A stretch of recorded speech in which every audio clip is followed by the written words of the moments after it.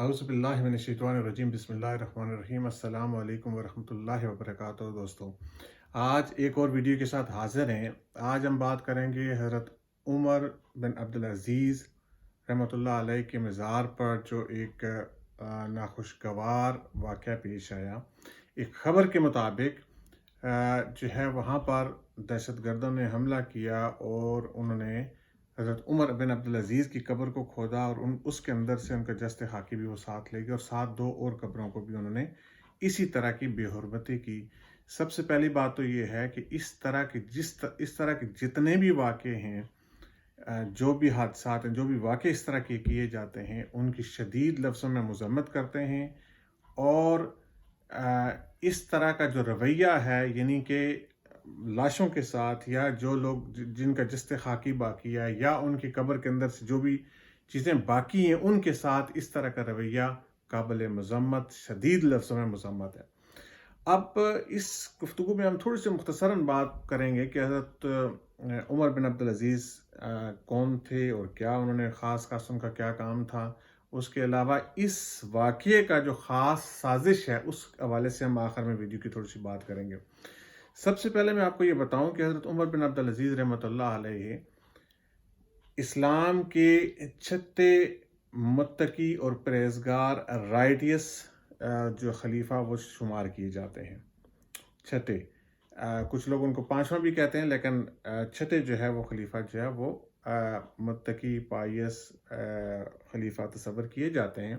ان کو جو ہے سب سے پہلا ان کا کام ہے کہ ان کو مجدد، اسلام کا فرسٹ مجدد بھی، پہلا مجدد بھی کہا جاتا ہے۔ ان کے دور کے اندر جو ہے کچھ خاص چیزیں یہ تھی کہ سوسائٹی کے اندر ان کی خاص انہوں نے ریفارم کی تھی، کنٹریبیوشن تھی سوسائٹی کے اندر، معاشرے کے اندر۔ اس کے علاوہ جو ہے حدیث رسول صلی اللہ علیہ وسلم کی جو فرسٹ آفیشیل کلیکشن تھی وہ ان کے دور میں اس چیز کا آغاز ہوا اور انہوں نے آرڈر کیا اور حدیث کو کلیکٹ کر کے، اکٹھا کر کے، آرگنائز کر کے، یہ ان کے دور کے اندر یہ ان کا کارنامہ تھا جو انہوں نے آرڈر کیا تھا، اور اس کے بعد یہ کام آفیشیلی ریکارڈڈ ان کو کیا گیا حدیث رسول صلی اللہ علیہ وآلہ وسلم کو۔ اس کے بعد یہ ہے کہ ان کے دور کے اندر خاص طور پر مسلم امہ کے درمیان یونٹی کا جو ایک تصور تھا، یعنی شیعہ اور سنی، اور جو یہ ایک تصور تھا، اس تصور کو بھی انہوں نے ایک یونٹی کی صورت میں اکٹھا کرنے کی کوشش کی، اور خاص طور پر حضرت علی رضی اللہ تعالیٰ عنہ کے پر جس طرح کی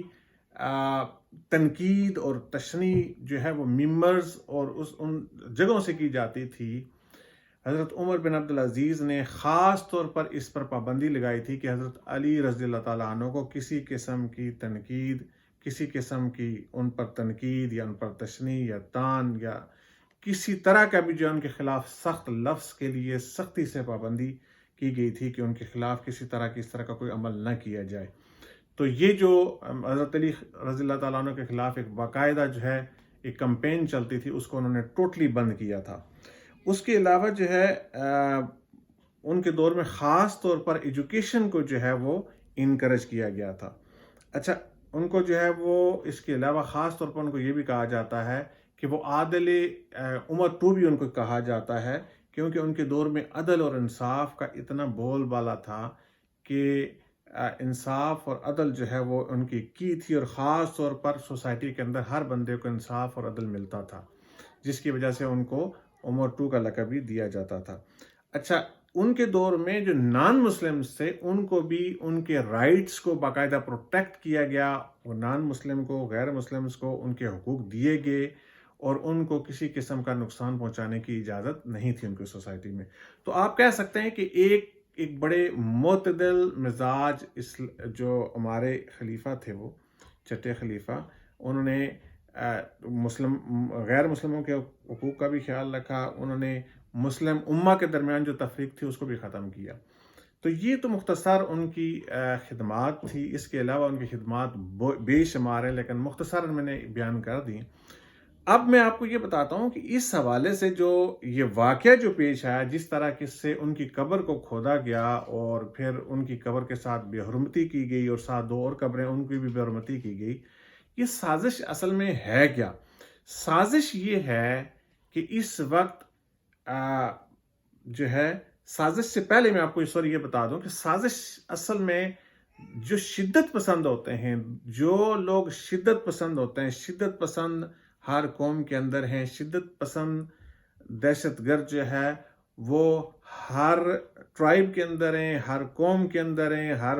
مذہب کے اندر ہیں، ہر دین کے اندر ہیں، ہر جگہ موجود ہے شدت پسند. سو جب کوئی ایک کام شدت پسندوں کا کام یہی ہوتا ہے کہ وہ کچھ ایسی حرکات کریں جس سے مسلمانوں کے جو فرقے ہیں وہ آپس میں لڑیں. تو یہ جو کوشش کی گئی ہے،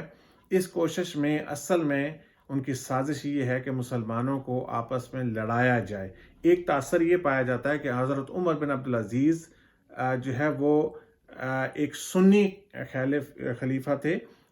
اور شیعہ جو ہے اہل تشیع جو تھے وہ ان کے خلاف تھے. لیکن